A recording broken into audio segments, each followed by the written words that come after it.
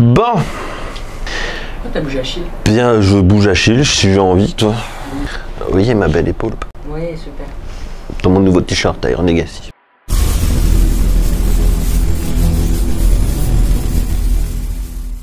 Bienvenue dans cette nouvelle vidéo. Aujourd'hui, on va parler un petit peu anatomie et je voulais vous parler. Alors, je me suis fait prendre un petit peu de cours par Monsieur Gundil. Donc, je voulais vous parler du meilleur bodybuilder pour moi là actuellement et je vais vous montrer pourquoi. Pourquoi, à mon avis, il n'y a personne qui pourra le détrôner et s'il était un petit peu plus grand, je pense honnêtement qu'il serait assis sur le trône d'Olympia pendant un petit moment, comme a pu le faire tous ses prédécesseurs qui ont gagné plusieurs fois Olympia. Donc, évidemment, je ne parle pas de Bumstead. Je ne parle pas de Samson Dauda, je parle bel et bien de Monsieur Keon Pearson. Alors pour ceux qui ont suivi, il a gagné la catégorie 212, c'est la seconde fois. Donc 212 c'est le poids en livres, en pounds, ce qui représente 96 kilos. Ok, donc on est quand même sur des mecs qui sont énormes, on s'entend. Alors c'est souvent la catégorie des petits au final, donc vous allez voir, je vais comparer un petit peu avec sur certaines photos que j'ai trouvées avec Bumstead. Pourquoi c'est le meilleur bodybuilder, pourquoi il a progressé aussi vite et pourquoi il a une génétique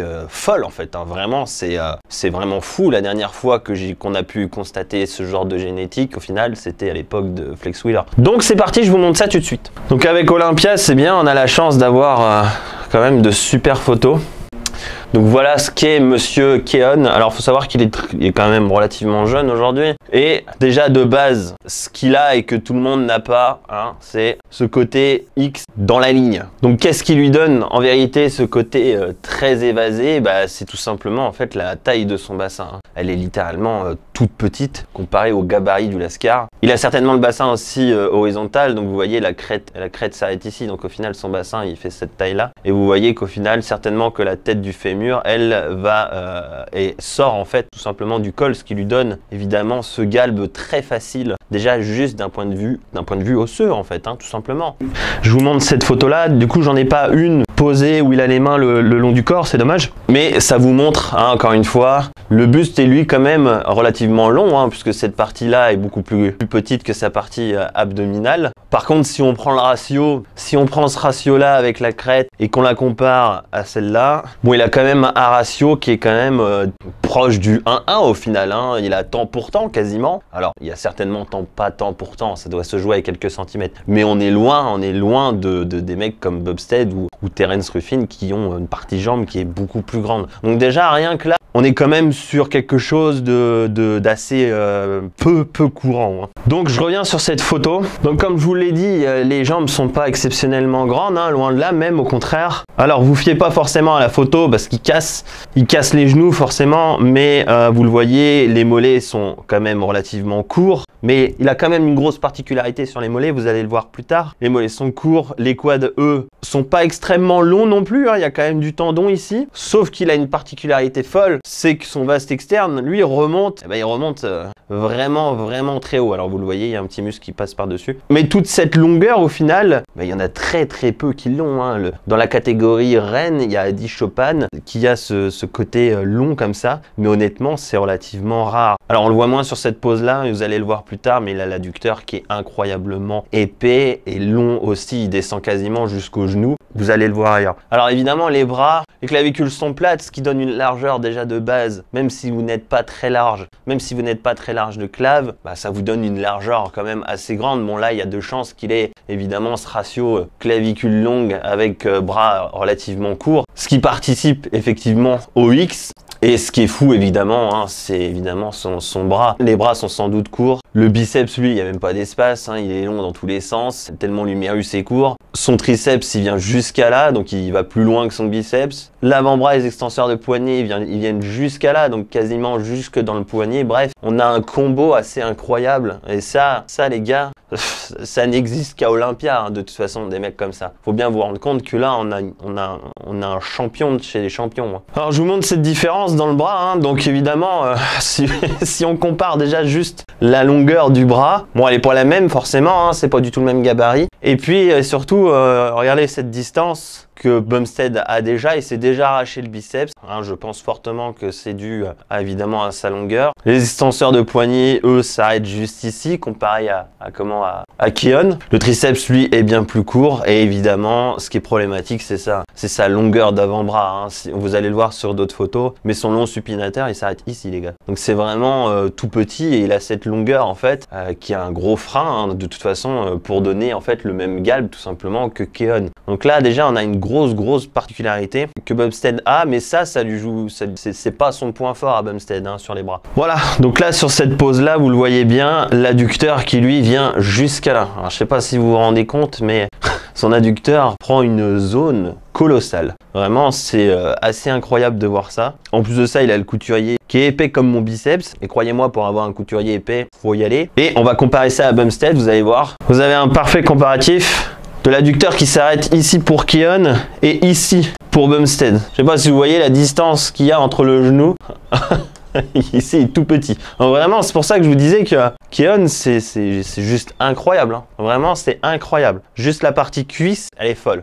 Alors, on peut le voir ici sur cette photo aussi. Hein, la partie des jumeaux, au final, est très courte chez Keon. C'est certainement l'un de ses points faibles, si on voulait appeler ça un point faible, vu l'épaisseur du mollet quand même, comparé à Bumstead, qui lui a la partie des jumeaux qui descend quand même vachement plus bas, comparé à Keon. Vous voyez? Mais Keon a quand même une particularité sur les mollets, vous allez voir. Donc, faut comprendre un truc, à ce niveau-là, ils ont quasiment tous le fessier long. Ou du moins, ils n'ont pas le fessier court. J'ai pas souvenir d'avoir vu, mis à part Wesley, je sais même pas si je prononce bien, mais je pense que mis à part lui, qui est à haut niveau, qui a le fessier très court, et du coup, ça lui fait un gros défaut. Là, Keon, on est sur un fessier qui est incroyablement long aussi. Et surtout, évidemment, pour ceux qui regardent, Gundil, il en a parlé, mais cette séparation-là, la séparation des ischios, ça ne s'est pas vu sur d'autres bodybuilders de la compétition. Évidemment, il y en a qui avaient des ischios secs, oui, mais avoir cette séparation-là, les gars, c'est juste fou, en fait. C'est juste fou. Donc, évidemment, on voit quand même que le fessier est relativement long, et l'adducteur, qui lui s'arrête quasiment dans le creux, hein, tout simplement. On le voit ici, quasiment dans le creux, tout simplement, de son genou. Donc vraiment, c'est... ouais, j'arrête pas de le répéter, mais ça, les gars, ce combo-là, c'est fou. C'est pour ça que je vous le montre, parce que Keon, c'est une force de la nature. Alors, je vais vous montrer les mollets, parce que je vous en parle depuis tout à l'heure. On va changer de pose. Donc, comme je vous le disais, il a les gastros qui sont tout petits. Ok, jusqu'à là, on s'entend. Seul problème, c'est que... Enfin, seul problème. Particularité génétique, c'est qu'il a le solaire qui va jusqu'au tendon d'Achille, en fait. Hein. Jusqu'au talon. Oui, parce que le solaire va forcément au tendon d'Achille.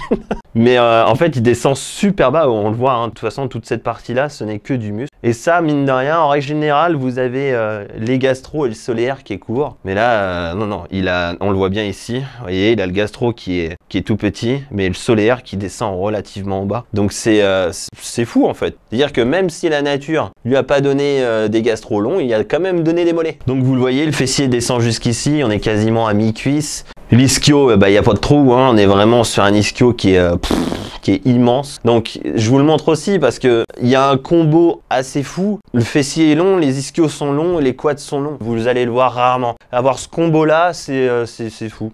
Je peux vous dire que c'est fou parce que depuis le temps que j'analyse les gens, j'ai rarement vu ça. Honnêtement, j'ai rarement vu ça. Alors on en revient sur les bras, sur cette pose là, vous avez vu, il a certainement quand même l'avant-bras sûrement plus long que l'humérus dans tous les cas, parce que le long supinateur vient ici. Au final, il y a tout ça de tendons, mais même ça, au final, c'est-à-dire même les gars, il n'y a qu'une seule personne où j'ai vu avec un long supinateur relativement long, c'était Nicolas Vieux, qui a un long supi qui vient quasiment s'insérer dans le poignet. Mais bon, déjà là, rien que sur cette longueur-là, en plus de ça, il n'a pas tous les faisceaux des carpiens qui sont relativement longs. Donc vraiment, c'est juste fou, hein. Vraiment, c'est juste fou. Alors, je vous montre chez Bumstead, parce qu'effectivement, Bumstead a l'ischio qui est quand même long et le fessier long, hein. Ça reste des champions, on s'entend, attention. Mais je vous montre que le combo quad long, il l'a pas, lui, hein. Il l'a pas. On le voit bien ici. Déjà d'une, il y a quand même pas mal de distance ici, mais en plus de ça, son vaste externe s'arrête juste ici. Et son droit fémoral est relativement court. Il est tout petit, là où Keon, son droit fémoral remonte quasiment jusque dans la hanche. Bon, vous fiez pas à celui-là, il se l'est arraché, hein, évidemment. On voit bien les adducteurs qui sont bien plus hauts ici. Donc vous voyez, même Bumstead, aussi beau soit-il, n'a pas ce combo-là. Ça vous donne un physique tout à fait différent. Vous voyez ici, à l'inverse de Keon, lui, il a les gastro qui descendent relativement bas et son solaire qui est là, qui s'arrête juste ici. Donc mine de rien, il y a encore plus de distance que Keon. Par contre, il a les gastro qui sont plus longs, ce qui fait un mollet plus évasé sur le bas. Je reviens sur cette photo-là. Alors c'est moins flagrant sur Bumstead et Keon, mais certains d'entre vous auront tout simplement votre col ici, qui aura en fait une orientation. Et cette orientation va vous donner tout simplement la gueule de votre fessier. Forcément que plus votre col sera plat, plus vous aurez le fessier carré. À l'inverse ici, il a certainement le col un petit peu plus resserré, ce qui donne en fait tout simplement un fessier différent. Donc voilà, ce sont toutes ces adaptations là que tout simplement votre corps, votre structure osseuse peut vous donner rien que sur le bas du corps. Bon, je reviens sur cette photo là, pourquoi parce qu'elle est folle encore une fois, je sais pas si vous vous rendez compte, mais là on va parler dorsaux et surtout trapèze. Les trapèzes sont extrêmement bas. Toute cette partie là, ce n'est que du trapèze. Pour beaucoup d'entre vous, votre trapèze va s'arrêter ici, tout simplement. Donc vous aurez la même chose. Trapèze inférieur, moyen, supérieur, oui, mais tout simplement, la longueur sera pas la même. Et pourquoi je vous montre ça? Parce que tout simplement, non seulement il a ce qu'il faut pour être large, mais ça on y revient dans quelques secondes, mais il a tout en fait pour être épais, tout simplement. Ce qui donne en fait votre épaisseur, c'est avant tout vos trapèzes. Donc ne venez pas chercher de l'épaisseur sur vos latéraux. Vos latéraux vont prendre un épaisseur, oui, s'ils vont prendre du muscle, mais la majorité de l'épaisseur de votre dos vient tout simplement de votre trapèze. Donc je reviens sur les dorsaux. Ce qui lui donne un gros avantage aussi sur les lattes, déjà d'une, c'est qu'ils viennent jusqu'en bas. Donc ça, c'est une grosse particularité génétique. Non seulement ils viennent en bas, mais ils viennent jusqu'à la colonne. Pour certains, ça va s'arrêter ici. Et puis surtout, son deltoïde postérieur qui est tout petit. Alors tout petit, on s'entend. Pourquoi je vous dis tout petit? C'est parce que son faisceau, lui, n'est pas très grand. Il est quand même relativement long. Il s'insère jusqu'au trapèze. C'est pas le cas de tous. Mais vu la taille de son faisceau, évidemment, il a cette facilité à prendre énormément de largeur. Et ça, non seulement il a le combo parce que le lat est super grand, mais en plus de ça, il n'y a rien qui est bouffé par l'arrière d'épaule. Donc vraiment, on est sur un combo, encore une fois, un combo parfait, tout simplement. Le triceps, donc évidemment, le vaste interne, on le voit ici, il vient s'insérer dans le coude.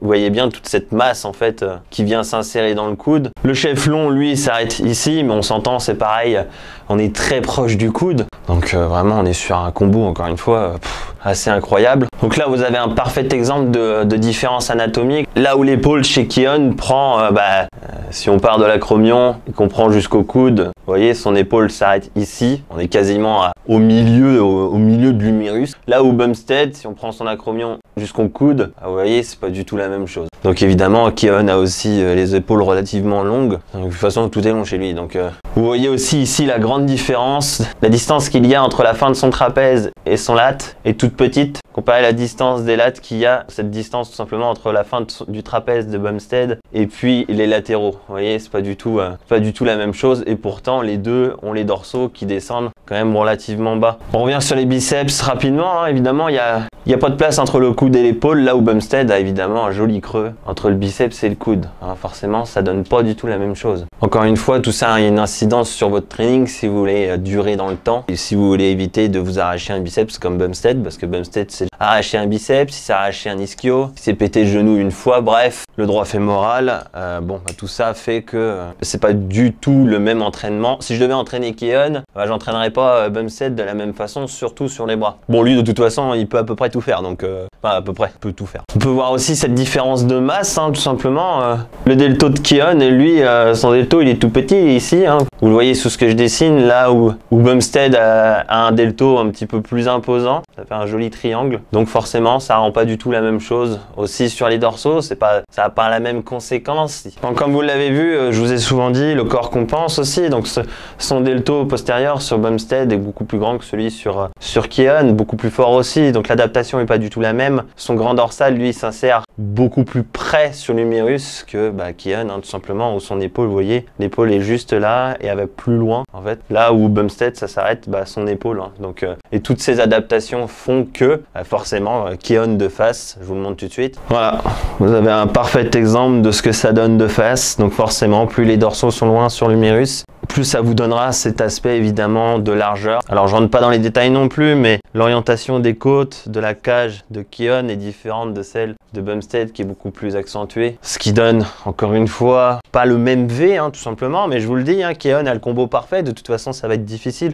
de trouver meilleur bodybuilder avec une meilleure structure. Évidemment, le seul gros défaut, parce que je vous vois venir, c'est ces abdos qui se sont écartés. Ça, malheureusement, la sangle abdominale, il y a une grosse part de génétique. Même avant d'être très gros comme ça, j'ai vu des photos où il avait déjà les abdos, la ligne blanche qui n'était pas aussi belle que Bumstead. Bon, c'est dommage. Mais bon, avoir ça sur le plateau en 2024, je trouve que c'est magnifique en fait. Hein. Tout simplement, aussi beau soit Bumstead, etc. pour tout ce qu'il représente. Mais d'un point de vue génétique, aujourd'hui, si je devais élire un bodybuilder, le meilleur bodybuilder, je ne mettrais pas Samson Dauda. Alors je reviens rapidement parce que j'en ai pas parlé, mais cette orientation aussi de la cage, alliée évidemment à votre largeur de clavicule, vous donne aussi une longueur de pec qui est différente, hein. Une orientation aussi qui est différente. Tout ça aura une incidence sur votre training aussi. On ne pourra pas utiliser les mêmes angles efficacement, donc voilà, ça fait partie des adaptations en fait du corps humain. Et je voulais vous en parler parce que je trouve ça incroyable. Bon, évidemment, si vous voulez apprendre à connaître tout ça, il y a le lien de ma formation dans la description. Je fais un court passage là-dessus parce que Clara et moi, on est très heureux des retours sur la formation. Ça nous fait extrêmement plaisir. On a mis déjà beaucoup d'argent et de temps dedans. Qu'on ait de bons retours, ça nous fait extrêmement plaisir. Il y a beaucoup de choses qui vont arriver. Posing, physio, nutrition, encore entraînement. J'espère qu'un jour, ça deviendra la plateforme avec le plus de contenu français. Ça fait 6 mois qu'elle est en ligne. On est plus de 500. En étant que 2 pour le moment. Donc Anthony et moi. Et ça, c'est top. Et je vous remercie encore une fois pour la confiance que vous nous accordez. On se voit bientôt au séminaire à Lyon. Il reste encore quelques places. Donc je vous invite évidemment à prendre connaissance de comment ça se passe. On fera tout ça en direct. Je vais vous montrer plein de choses. J'ai hâte de partager ça avec vous. J'ai hâte de faire ça avec Anthony parce qu'Anthony et moi, on rigole bien. N'oubliez pas, je ne coach plus parce que je reçois encore beaucoup de messages. Alors encore une fois, je vous remercie. Mais je ne coach plus. Je me tourne uniquement vers la formation et d'autres projets qui vont arriver, notamment l'écriture, bref, je peux pas vous en parler, bref, t'as compris. Vous me demandez beaucoup de vidéos en salle comme avant. Alors, ça va arriver. J'ai une chier de copains qui va passer à Noël, aussi bien des gonzesses que des mecs, et on va faire des vidéos avec tout le monde. Comme ça, je vais vous montrer plein de trucs, ça va être cool, parce qu'en plus de ça, il y a des grands, il y a des petits, il y a des mens et des pas beaux. Il y a surtout des pas beaux d'ailleurs. Bref, j'ai hâte de vous montrer aussi, ça va être cool. Je vous montre pas ma salle, vous savez pourquoi. Il s'est passé plusieurs choses dans ma vie récemment, et je garde mon cocon, voilà, parce que je sais qu'il y a des gens qui zonent autour, et des Français qui sont là, et j'ai pas envie que tout le monde vienne là où je suis. J'ai envie d'être tout seul aujourd'hui et de m'entraîner tout seul. On la verra certainement dans le module de la formation sur les machines. J'ai très hâte de faire ce module parce que ça va être incroyable. C'est normal que ce soit incroyable. C'est moi qui le fais. Voilà, n'oubliez pas, on a un podcast avec Anthony aussi sur la chaîne d'Anto, Anthony Vess, qui sort tous les mercredis. J'ai un podcast qui vient d'être tourné avec Biomécanique Podcast, le 2e. Je suis très heureux de l'accueil que vous avez eu pour Rudy. Ça me fait extrêmement plaisir parce que Rudy, c'est un mentor pour moi, même s'il est maigre. Ça fait extrêmement plaisir de pouvoir échanger avec lui et d'atteindre ce niveau de crédibilité au final, de notoriété qui me permet de l'approcher de près, donc de l'avoir que pour moi pendant 1 heure. Donc voilà, merci à tous encore une fois. On se voit la semaine prochaine. Dites-moi ce que vous en pensez en commentaire. Si vous avez vu des similitudes sur certains bodybuilders professionnels de l'ancien temps, parce que je ne vous rentre pas dedans les anciens, mais parfois, voilà, voir ça, voir Keon. On a rarement eu des Keon qui ont gagné Olympia, faut le savoir. Même Flex Wheeler avait pas autant de facilité. Voilà, sur ce, je vous dis à la semaine prochaine. Peut-être qu'on va se lancer dans 2 vidéos par semaine, c'est possible. Ou du moins, on va en poster peut-être le mercredi, peut-être pas. Je suis en fait, j'ai arrêté le coaching, mais je coach toujours, puisque personne se barre. Mais voilà, une fois que tout le monde se sera barré, j'aurai plus de temps et il y a certaines choses, même peut-être des petites vidéos sans forcément beaucoup de montage, mais de 5, 10, 15 minutes qui vont popper comme ça sur la chaîne. Encore une fois, le but, c'est pas de vous faire des vues, c'est de partager les connaissances, tout ce que j'ai pu accumuler et puis d'échanger avec vous, hein, tout simplement. Voilà, je vous fais des bisous et à la semaine prochaine.